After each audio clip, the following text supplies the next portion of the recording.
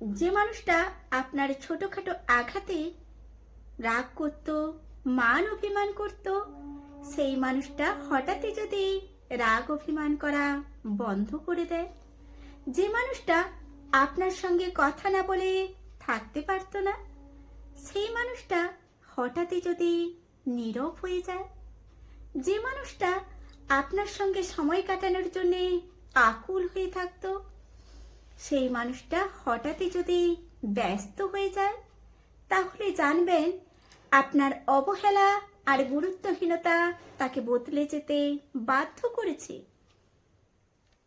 কোনো সম্পর্কে দূরত্ব বাড়াতে না চাইলে একে অপরকে সময় দাও। একে অপরের প্রতি সময় দেওয়াটা খুব প্রয়োজনীয়। এতে ঘনিষ্ঠতা বাড়ে, না হলে দূরত্ব বাড়ে। সফল হতে গেলে ব্যর্থতাকে জয় করো। ব্যর্থতাকে ভয় পেও না কখনো। ব্যর্থতাকে ভয় পেলে তুমি কখনোই সফল হতে পারবে না। আয়নার সামনে দাঁড়ালে আমরা যেমন আমাদের আসল রূপ দেখতে পাই, নিজেকে ঠিক তেমন ভাবে তৈরি করো যাতে মানুষ তোমার সামনে এলে তার ভেতরে থাকা নিজের আসল রূপটা সহজেই দেখতে পায়। যার যোগ্যতা যতটুকু, তাকে ততটুকুই গুরুত্ব দাও। যোগ্যতার থেকে অতিরিক্ত গুরুত্ব কাউকে কখনো দিও না, তাহলে তুমি তার কাছে গুরুত্বহীন হয়ে পড়বে। তুমি তার কাছে সস্তা হয়ে পড়বে। সে ভাববে তুমি বোধহয় তাকে ছাড়া থাকতেই পারবে না। তুমি তাকে বুঝিয়ে দাও, সে ভালোবাসলে তুমি যেমন সমস্ত কিছু উজাড় করে ভালোবাসতে জানো, ঠিক তেমনি সে অবহেলা করলে তাকে ছাড়া তুমি বেঁচে থাকতেও পারবে। তাকে বুঝিয়ে দাও সে তোমার ভালোবাসা, অক্সিজেন নয়।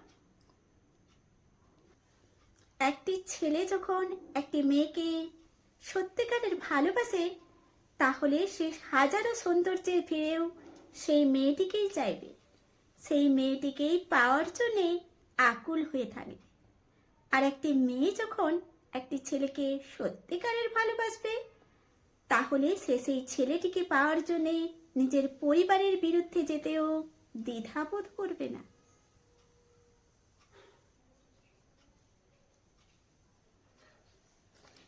নুন যেমন আমাদের নিত্য প্রয়োজনীয় জিনিস, নুনকে আমরা চাইলে অতিরিক্ত ব্যবহার করতে পারি না, অথচ নুন ছাড়া আমাদের চলেও না। নিজেকে ঠিক নুনের মতো করে গড়ে তুলুন, যাতে কেউ আপনাকে অতিরিক্ত ব্যবহার করতেও না পারে, আবার আপনাকে ছাড়া চলতেও না পারে। তোমাকে ভালোবাসি বলেই তোমার মনের মতো করে নিজেকে গড়ে তোলার হাজারো চেষ্টা করার পরেও আজ ব্যর্থ। তোমাকে ভালোবাসি বলে তোমার মাঝে আমি আমিকে হাতড়ে বেরিয়েছি চিরটা কাল। তোমাকে ভালোবাসি বলেই তোমার খুশিতে নিজেকে খুশি করেছি। তোমাকে ভালোবাসি বলেই তোমার সুখের মাঝে নিজের সুখগুলোকে পাগলের মতো খুঁজে বেরিয়েছি। একটি অগোছালো পুরুষকে যখন একজন নারী সহজেই অ্যাকসেপ্ট করে নিতে পারে, তাহলে সংসার সন্তান সামলানোর পরে ক্লান্ত অগোছালো নারীটাকে একজন পুরুষ কেন সহজে অ্যাকসেপ্ট করতে পারে না? কেন অ্যাকসেপ্ট করতে দ্বিধাবোধ করে? সত্যিকারের ভালোবাসা থাকলে কখনোই তার সাজগোজ বা শারীরিক সৌন্দর্যতা নয়, সেই অগোছালো মানুষটাকেও ভালোবাসতে কোনো দ্বিধা থাকে না, কোনো সংকোচ থাকে না।